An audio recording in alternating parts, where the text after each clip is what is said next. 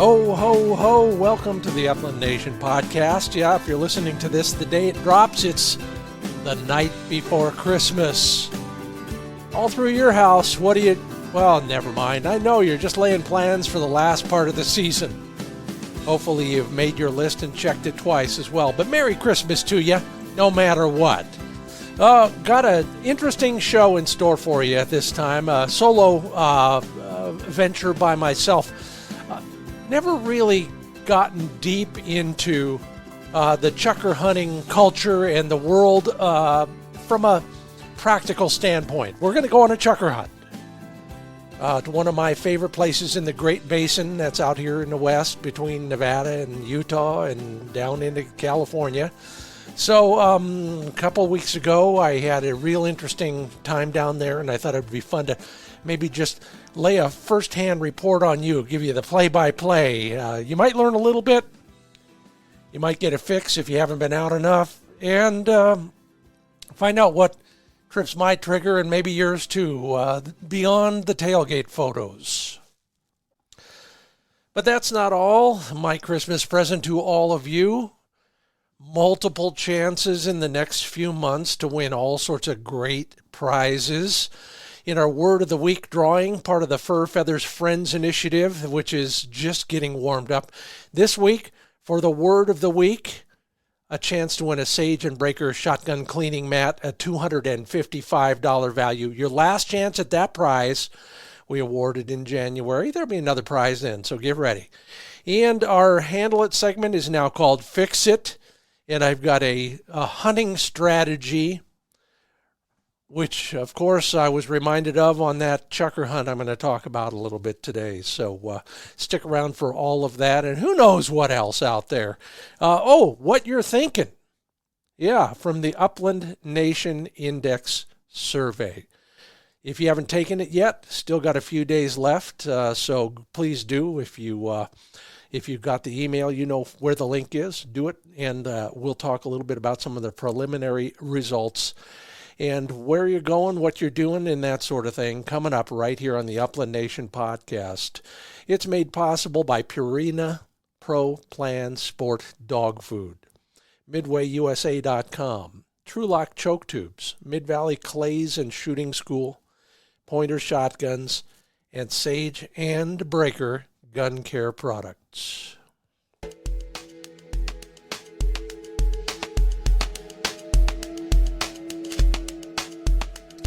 Well, here we are, kind of looking at the tail end of the season.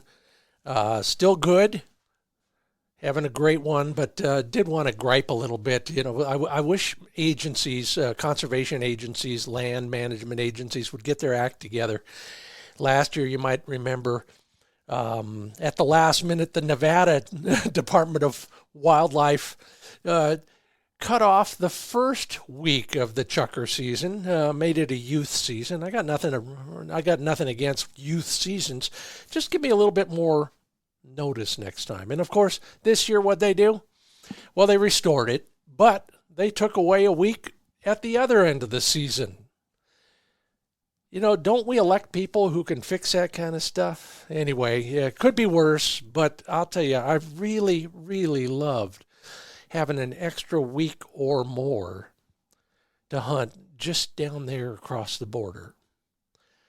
I'm told the same thing happened in Arizona this year, so glad I didn't make a trip down there. All right, what are you doing? Well, besides probably final decorations on the tree and who knows what else, you are answering the questions in my annual Upland Nation Index survey. By the way, you know, I've been doing that for, I think 15 years now, and I appreciate everybody who ever responds to that. You know, this year, of course, there's a chance to win a shotgun if you do respond, if you did in time, that is. Still taking answers there. If you've got the link, then please go ahead and do it. But here are some of the preliminary results, just for fun. The first question I always ask is, what dog breed do you own, or what are most of your dogs? What breed are they? And as usual, and this one seldom changes, neck and neck. Shorthairs, and Labradors. About 20% of you own one or the other of those. Then it falls down from there. Setters, let's see, another one. Brittany's are high on the list. Golden Retrievers, about 2% of you are in that world, but a lot of unusual or less common breeds. German wire-haired pointer, not even in the top 4, with just 9%. But fun to know what everybody else is owning and working with. On a more serious note, what are the 3 most important issues facing upland hunting in the next 5 years? Not surprised, at the top of the list, with over 80% of you saying this is the highest priority: access and availability of public hunting ground. Yeah, absolutely. And then related to it, and number 2 on the list was 62% of you saying this is more important, in fact, the mismanagement of public land and habitat. Yeah, well, there are things we can do about all of that, and so, seek out your conservation organizations or just get involved on the local level, whatever it is. Lots of things we can do in that regard. So I'll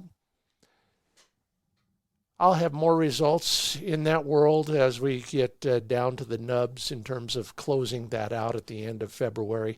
But right now, thank you if you responded, and sure appreciate the incredible insights. There's a chance to make comments on every one of those questions, and boy, am I getting some good ones. That part of the program brought to you by pointershotguns.com. Lots of sub-gauges moving through the pipeline. If you're looking for one, even this time of year, inventory is being replenished every week. Go to pointershotguns.com, find a nearby dealer, spec out your own, whatever the configuration, whatever the Cerakote color or the traditional or nickel finishes. Your first stop for an upgrade to your shotgun ought to be pointershotguns.com. And speaking of upgrading, I am finalizing plans for a trip south into the snow-free slopes of California. And for that, of course, I need some non-toxic ammo, so I'm laying in quite a bit at midwayusa.com. They've got ammo of all sorts. If you're in need this time of year, that's a good place to stop. Clothing. Make an order of $99 or more, and your clothing will ship free. There's a growing assortment of dog and bird hunting gear. They got just about everything for shooting, hunting, and the outdoors at midwayusa.com.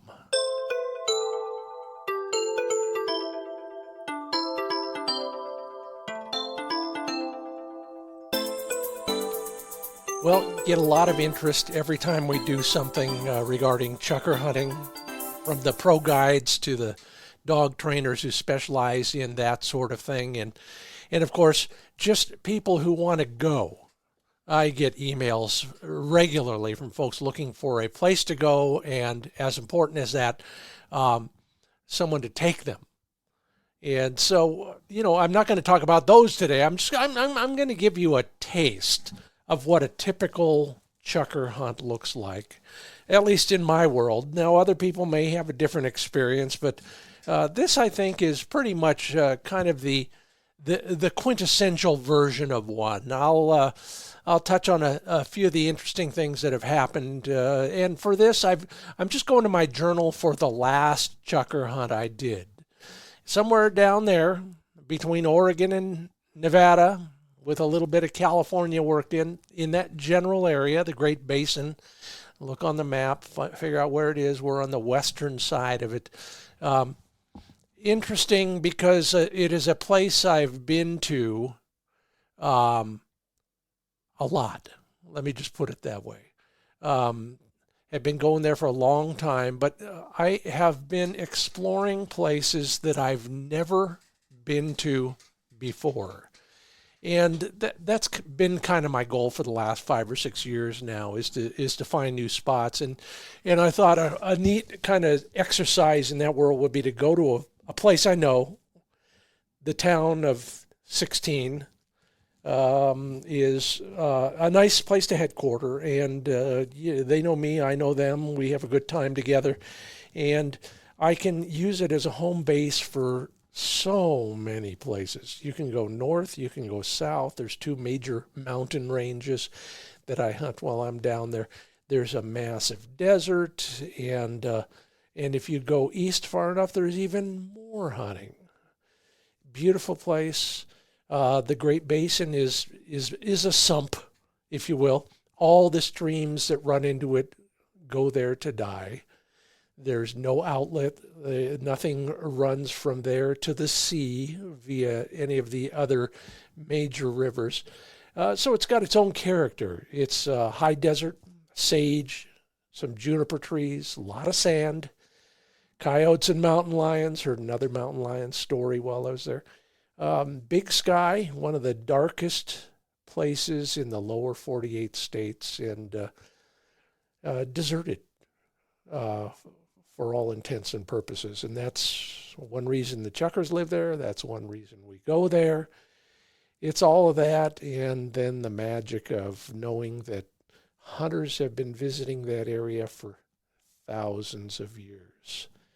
Yeah, every once in a while we'll find evidence of that, and I'll talk about that in future as well. But this time around it was obsidian bird points, arrowheads for bird hunting.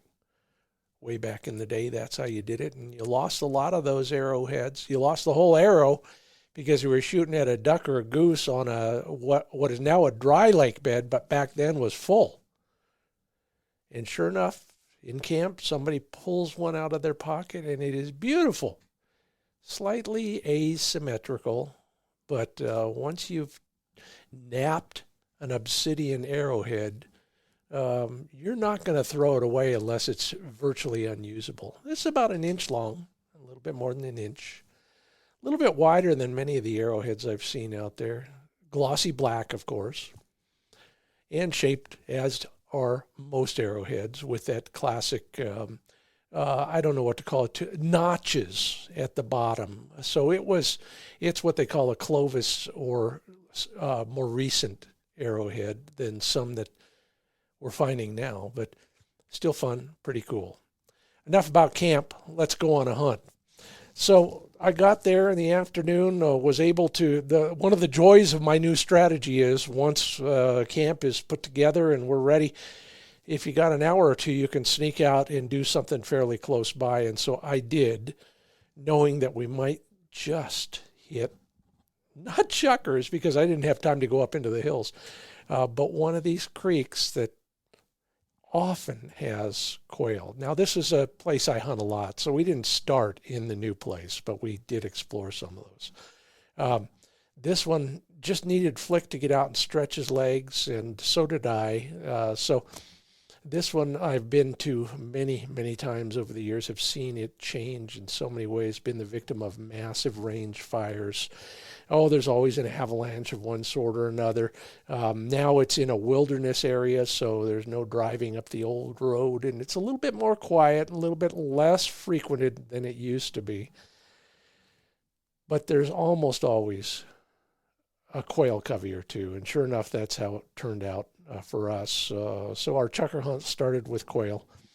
Their first covey flew out of the riparian area as soon as I shut the truck door. And I try to be stealthy, but it doesn't matter if they're that jumpy. And this year it seems like they are. Ditto for the chukars. But so I cut Flick loose, and he's going basically upstream.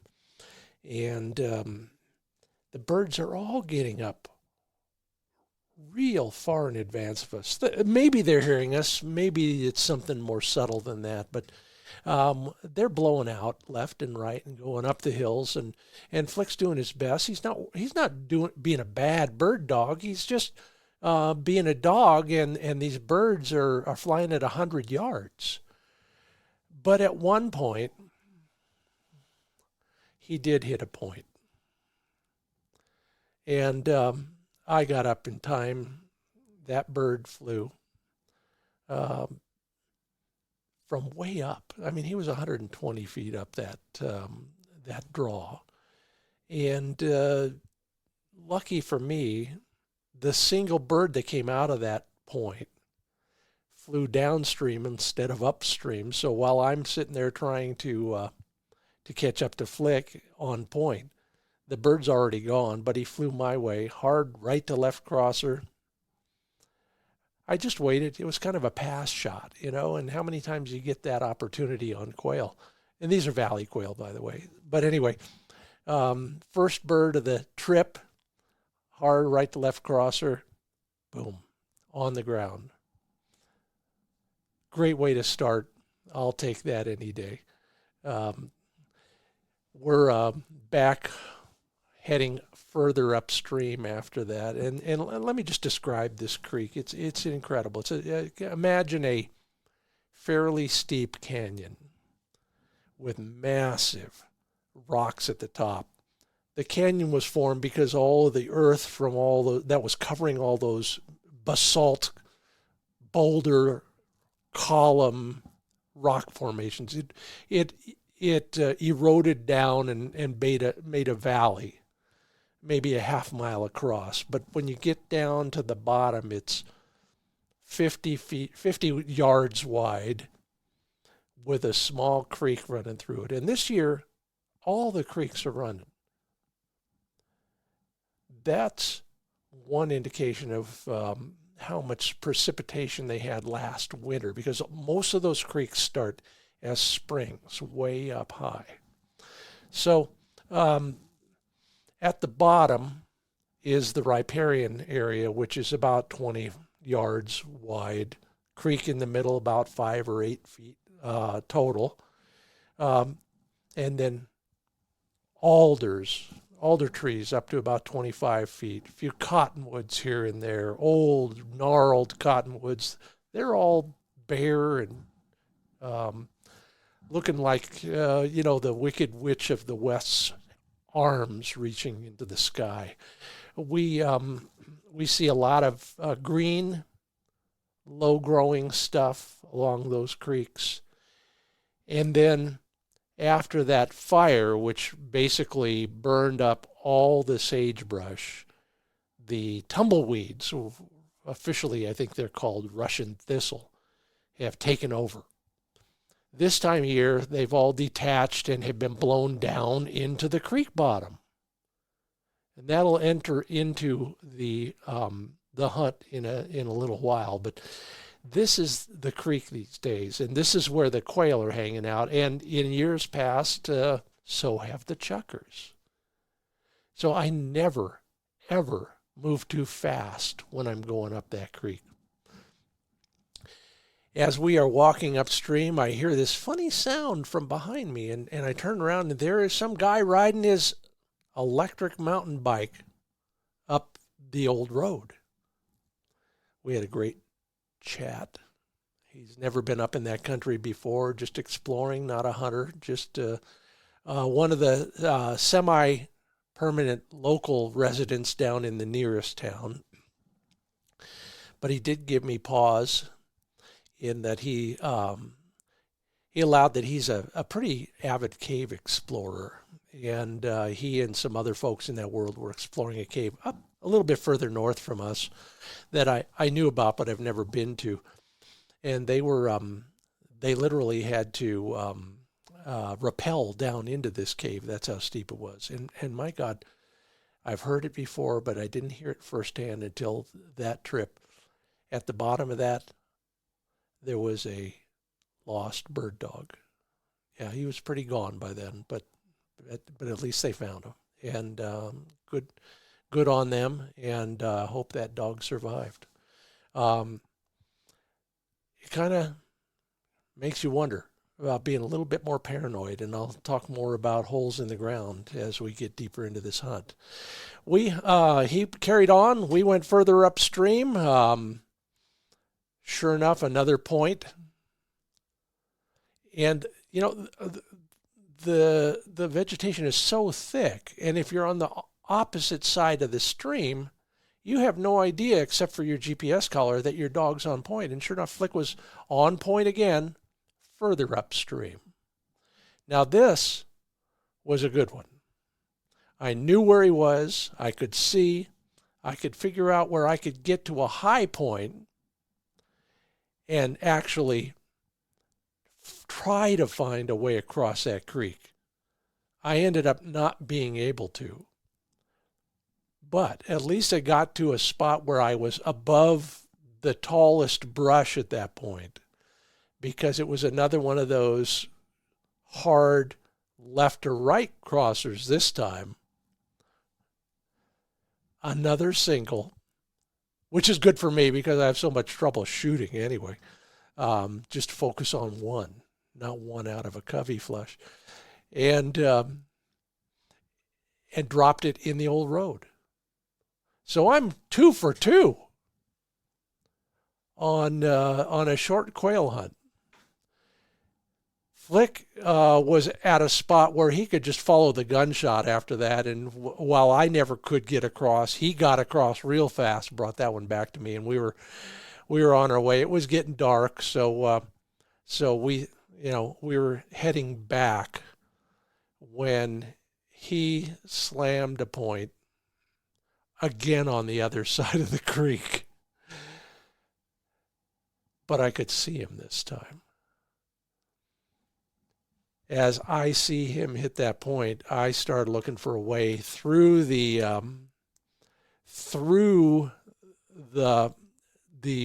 Russian thistles and across the water. Nothing upstream.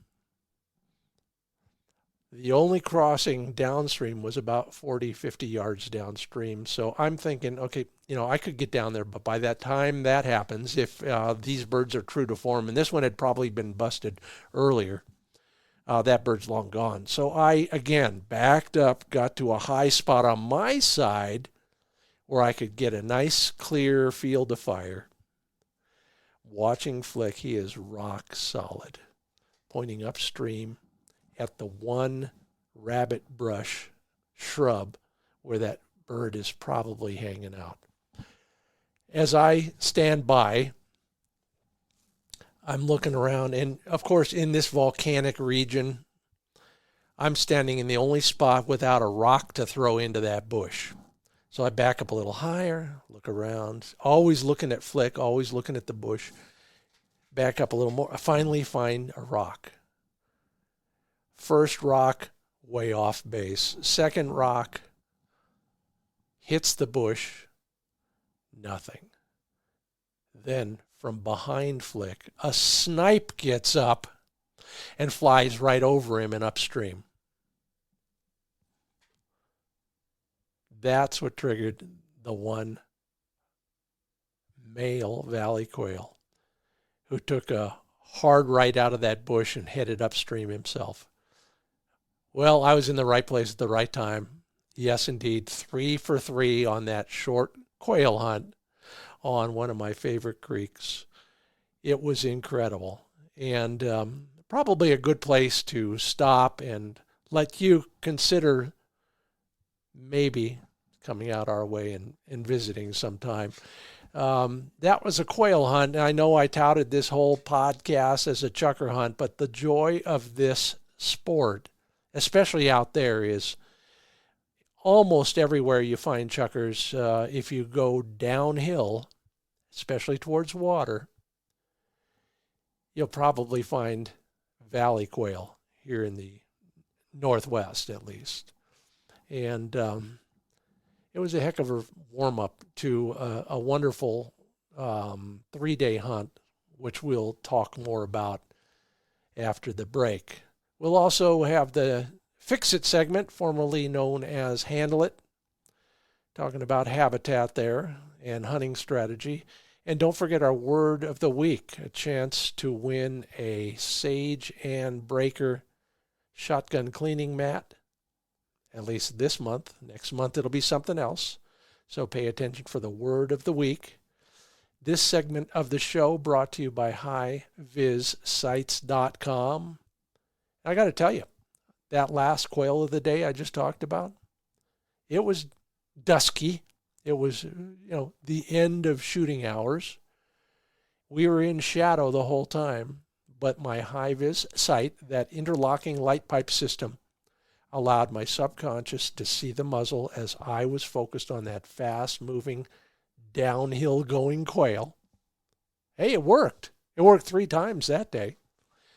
Take a look for yourself. Watch the video at highvissights.com. You'll never lose the bead while you're on the target. Success shot after shot. highvissights.com.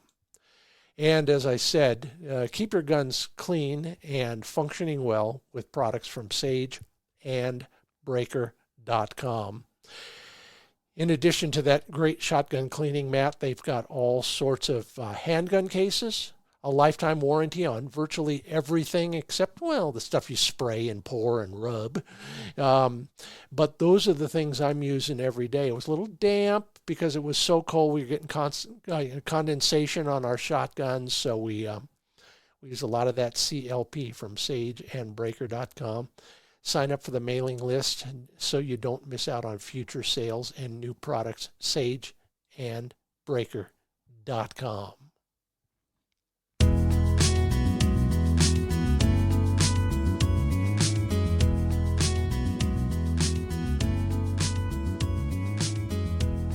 Well, the next morning, my good buddy David, who runs a ranch down in that country, came over and joined me for a hunt.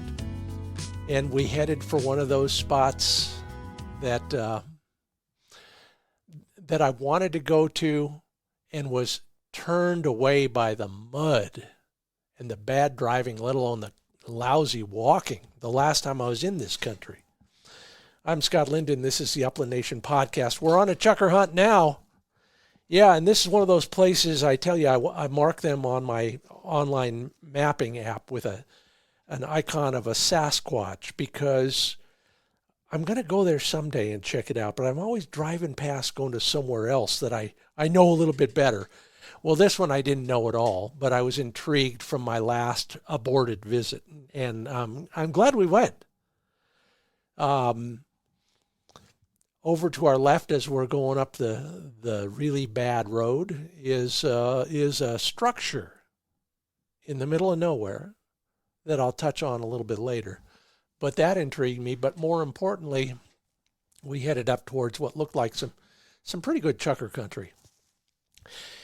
At the bottom, of course, big sagebrush flats, lots of cheatgrass, much of it new seedlings growing out of the base, so what we call green up, fresh shoots that this time of year are an incredible food source for both quail and chukars.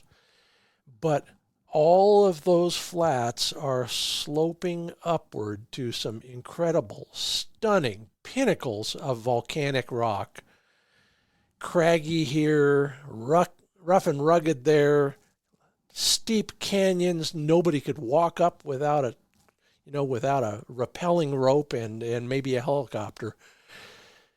Classic chukar country. And they'll move up and down, and that's one of the lessons I'll talk about soon. But chukars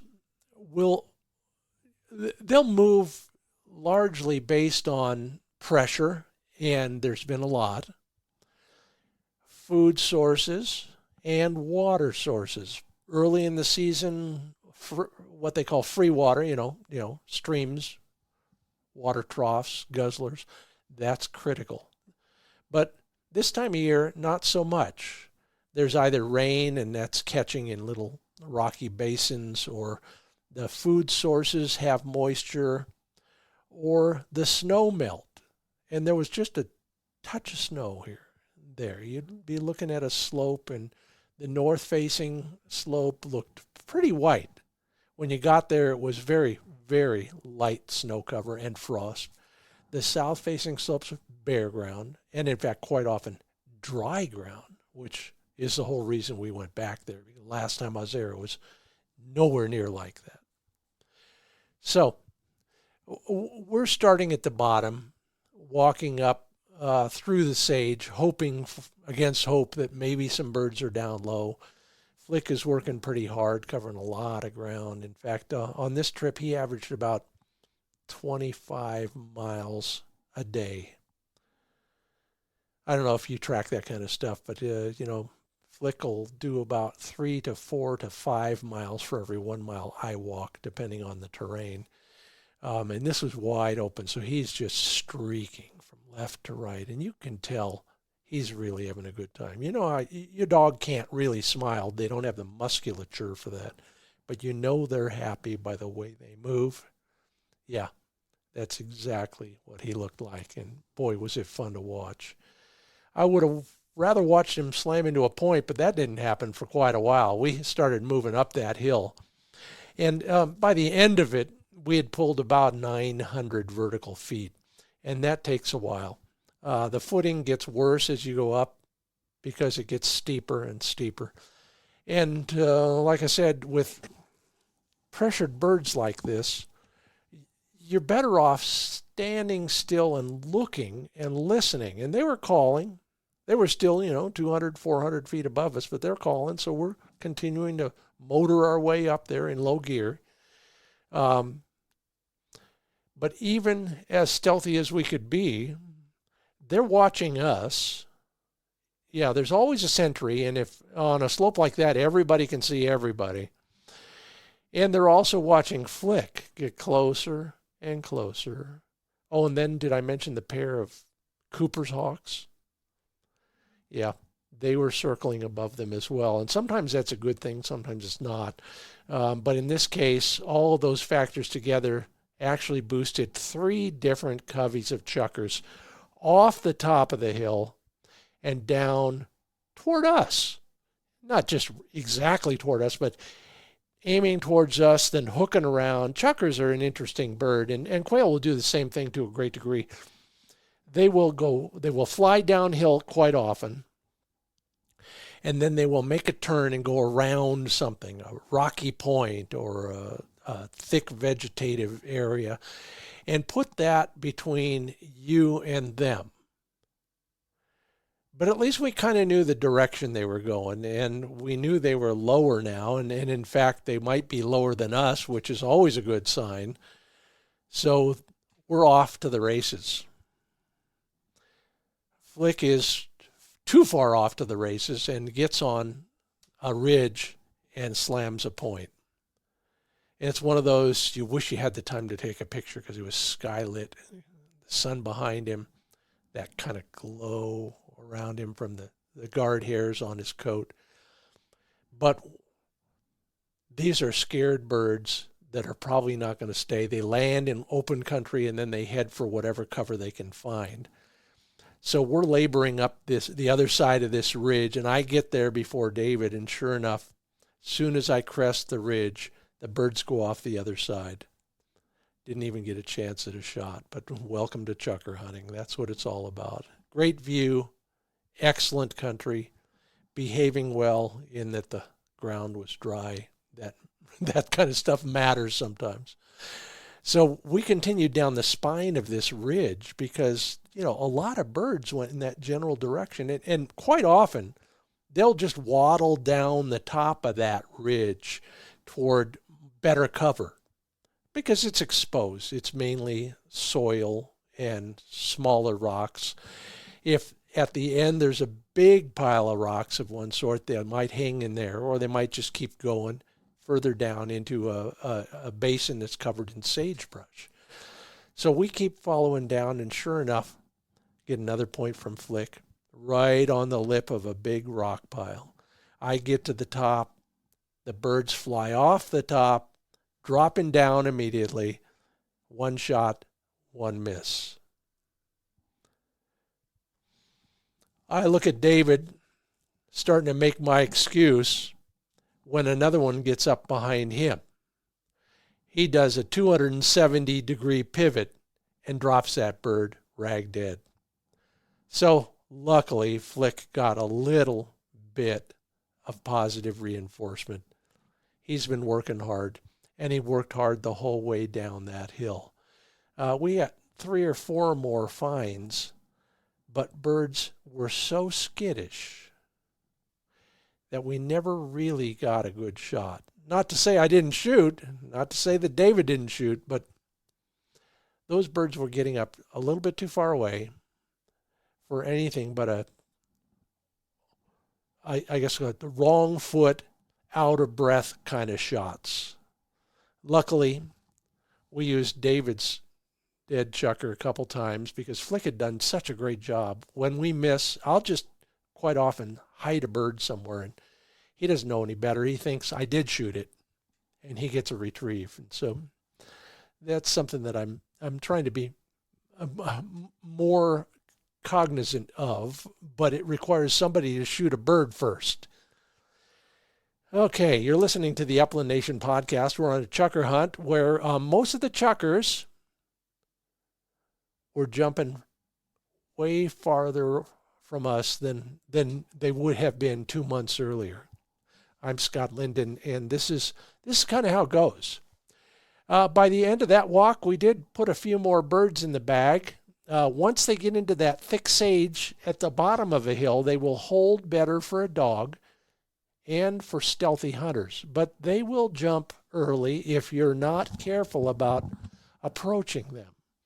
So, bear that in mind if you ever get the chance to do it. These are wild birds that have been pressured a lot, whether it's by those hawks up at the top, there's coyotes everywhere out there, or other hunters who have been there before. So this is that wonderful place where I've never been before, so we're learning with every step. When we got back to the truck, I asked David about that structure I saw not a couple hundred yards away from us, and he says, let's go look. So we put Flick in the truck, and that was the smartest move we made, because when we got up to that structure, just imagine you're seeing kind of a big wooden frame sticking up on the summit of this rise. As you get closer, you see a massive concrete structure. Old concrete, fallen apart, probably not made very well when it was poured, with what looked like rocket motor exhaust coming out of one end, the downhill end. We get up to it, and sure enough, it is a mine shaft. And now you know why I'm so paranoid about that mine story from earlier, that cave story. It is not blocked at all.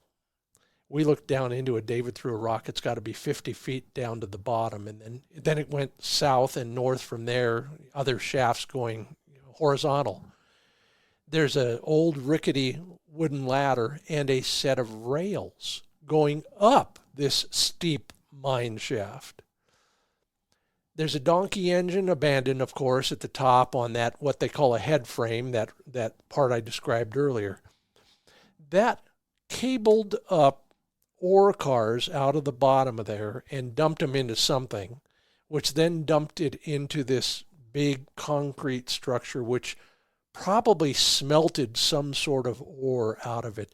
At the bottom of this thing, the ore would go down to the bottom, and I don't know if it melts. I don't know anything about that sort of thing. But anyway, it all abandoned, all rusty, all dangerous. Next time I'm there, I'm bringing some fence material. I'm going to at least block the shaft from bird dogs. Fascinating history. There's always something up there. We found a little bit further north, we found a bandit hideout. Yeah, just a cave. But I knew one of the guys who knew one of the guys who knew the bad guy. And we found orchards, willow corrals, petroglyphs, pictographs, you name it. That's one of the other joys of a chucker hunt in Great Basin country. And so the next day, a lot of hunting, a lot of exploration. End of the day is the only thing worth sharing with you. Saw some incredible country, found one covey of Huns in a place that was classic Hun country.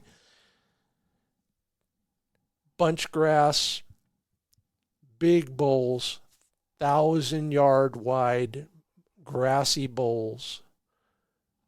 And in that whole area, just one covey. Got up wild again. That place was a little bit more accessible than most, so I'm not surprised at that. Decided to end on a high note. We had just a little bit of time left, so I get Flick, and we go back to the place where we started the trip, that creek that had been so kind to me on the first trip, on the first hunt of that trip, was kind again. Flick hits another point on the other side of the creek. And I go up 100 yards, can't find a crossing, go down 50 yards, can't find a crossing, go back, stand there thinking, hey, it worked before. No, it's not. And he is just buried. I mean, he's in this stuff. I don't even know if he's still there, but for the GPS collar telling me he is. So I keep heading downhill and downstream even farther. Finally find a crossing. Negotiate my way down, back up, wondering why I haven't heard a flush, wondering why the GPS says he's still just there. He's got 2 feet on the top of a ledge and, well, 1 foot because he's on point, and 2 feet on the bottom. So he's kind of like going up the stairs, but he was rudely interrupted by the scent of another valley quail. As soon as I figure that out is when the quail says, wait, there's somebody else that's probably trying to kill me. So it flies, and it flies hard right to left. I don't get any going away shots, I tell you. Maybe it's the nature of the creek bottom. Birds are going up or they're going down, and I'm always facing the wrong way. Anyway, one of those classic, oh, I'm so surprised I did everything right in spite of my bad shooting. Drop that bird. Flick heads for it immediately. Well, heck, he's been standing there for 7 minutes. Of course he heads out immediately. Heads for that dead bird. As he gets to where that bird dropped, a live bird gets up from right next to where the other one fell. But bird in the mouth, better than 2 in the bush, or 1 leaving a bush. He delivered that to hand. We called it a day. Went back and celebrated in one of my favorite towns in the entire western United States, me and all 16 other people who were there. Chukar hunting is often about quail hunting, especially on the 3rd or 4th day when you don't feel like climbing those hills again. Next time you're out here, don't neglect the little birds too. It's certainly worth a look, especially if your dog loves to retrieve. Anyway, that's the last chukar and quail hunt I've been on. Haven't heard from you about your last hunt in a couple days, so keep all of us posted on social media about that. Still coming up, the Fix It segment and our word of the week for that Sage and Breaker shotgun cleaning mat worth $255. It's coming up right after this message from TrulockChokes.com. Reserve now if you want those Chad Hodge Upland chokes that Scott Trulock was talking about a while ago. They're in production and they're just about ready to start filling orders. Remember, their choke tubes are precision made, tight tolerances on state-of-the-art CNC equipment, and they're always thinking about what we need most. That's why Chad designed those Upland chokes. Be ready. A set of those will also be a prize in our word of the week. But if you can't wait, order yours now at TrulockChokes.com. TRULOCK chokes.com. And Flick, I'll tell you, he just keeps putting the miles on, thanks in large part to Pro Plan Sport dog food from Purina. It's about the high protein, the perfect balance of protein and fat, 30 and 20, and they taste great. Now, I don't know why he likes it more than he likes other dog foods he's had, but he just tucks into that stuff and cleans up his bowl every time. So I'm taking his word for it when we talk about great taste. High in calories, fueling your dog with the right proportion of protein and fat. Learn more about all the formulations at ProPlansport.com.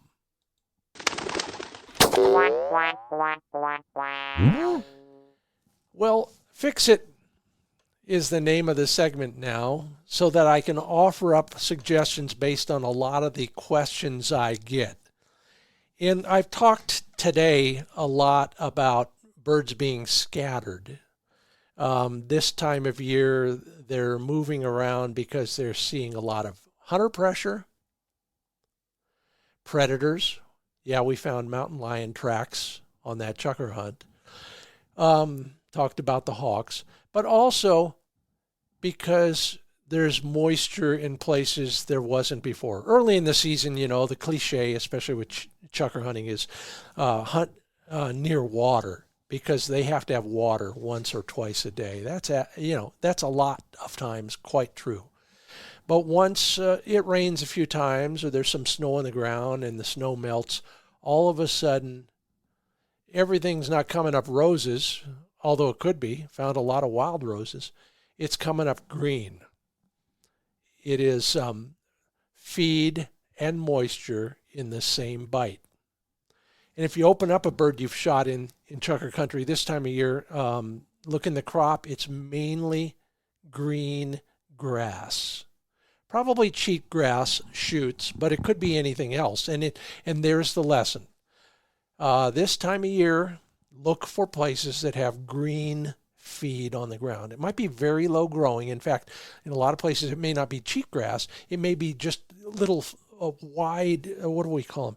Broad-leaved forbs and that sort of thing, growing low to the ground. Even in dry places, the slopes that you'd never think that kind of stuff would grow. This time of year, it might be. So the lesson in all of that is, if birds aren't where you usually find them early in the season, look at the ground, and follow the green. Good luck. Hope to see you out there. Time for the Fur Feathers Friends Word of the Week. Of course, go to furfeathersfriends.com and get inspired about taking somebody hunting. That's the whole point of that effort. We've had a lot of fun over the years, meeting in various places and sharing hunting trips with newcomers and lapsed hunters, maybe a family member. That's what Feathers Friends is all about.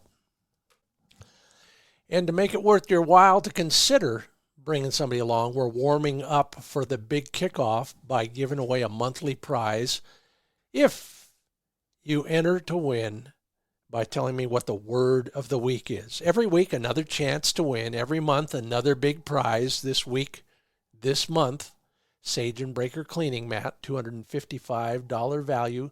This is your last chance at that. So listen carefully. Word of the week is Labrador. Go to furfeathersfriends.com, learn more, and then scroll down and enter to win with the word of the week, Labrador. As we get closer to our official kickoff and a chance at a 4-pack of pointer shotguns, enter to win those monthly prizes. A Sage and Breaker cleaning mat this month, more to come. The word of the week, Labrador, at furfeathersfriends.com. All right, the Fix It segment brought to you by Mid-Valley Clays and Shooting School.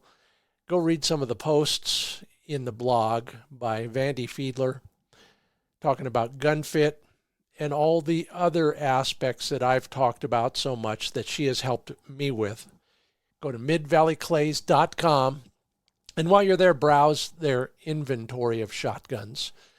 They've got a lot of sub-gauges in stock. Dave Fiedler knows guns and hunting and can clue you in on what may be a wise decision in terms of selecting your next shotgun. It's all at midvalleyclays.com. Well, Merry Christmas to everybody out there. If you have another holiday like Hanukkah, more power to you. Always fun to get multiple presents on multiple nights. If you enjoyed the Upland Nation podcast, please tell one person, or better still, do me a favor, go to Apple Podcasts and rate or review the podcast. I sure make that my gift. I appreciate that. And speaking of gifts, thank you to all our sponsors: Sage and Breaker, Purina Pro Plan Sport, Mid-Valley Clays, True Luck Chokes, MidwayUSA.com, Pointer Shotguns, and High Viz Shooting Systems. Remember the word of the week and how to enter at furfeathersfriends.com. I'm Scott Linden. Thanks for listening to the Upland Nation podcast.